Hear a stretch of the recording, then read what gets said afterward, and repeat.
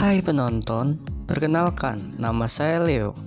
Pada video ini saya akan menjelaskan tentang pembentukan LPG dan pembakaran hidrokarbon. Sebelumnya kalian tahu nggak sih LPG itu berasal dari mana? Jadi gas LPG itu berasal dari minyak bumi. Minyak bumi merupakan cairan kental yang terbentuk dari berbagai senyawa dan berasal dari lapisan atas dari beberapa area di kerak bumi. Penyusun utama minyak bumi adalah hidrokarbon.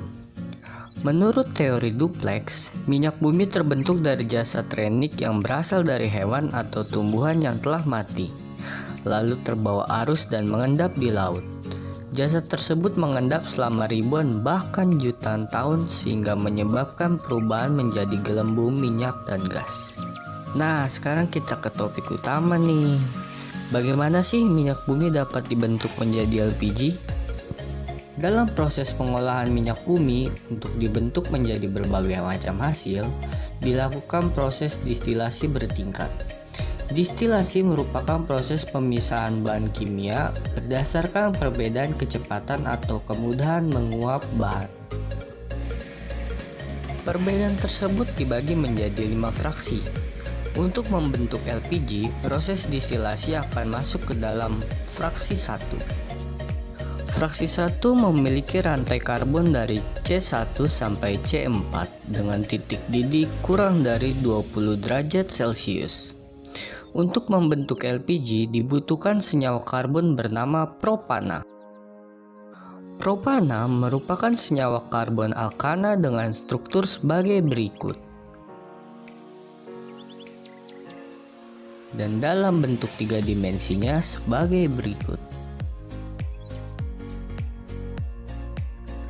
Nama iupak dari propana adalah propana.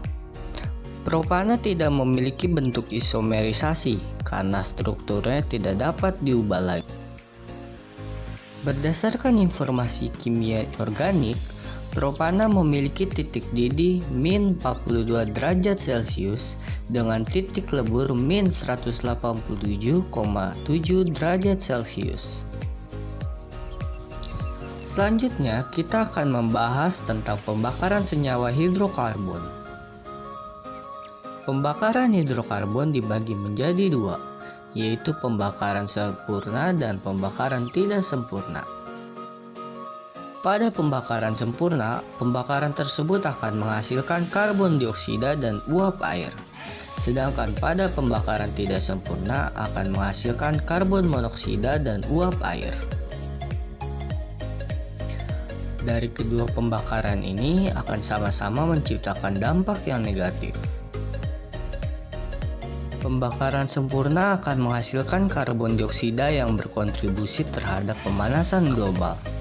Pembakaran tidak sempurna akan menghasilkan karbon monoksida yang berkontribusi terhadap polusi udara. Untuk mencegah itu, kita dapat mengurangi pembakaran tersebut. Misalnya, melakukan penanaman tumbuhan sebagai penyerap karbon dioksida. Lalu, mengurangi penggunaan kendaraan. Dan menggunakan bahan bakar dengan kadar belerang rendah. Selain itu, untuk mencegah kesehatan dalam menghadapi pembakaran, kita dapat menggunakan masker untuk mengurangi dampak dari pembakaran tersebut. Itulah penjelasan dari senyawa karbon dan pembakaran karbon. Terima kasih.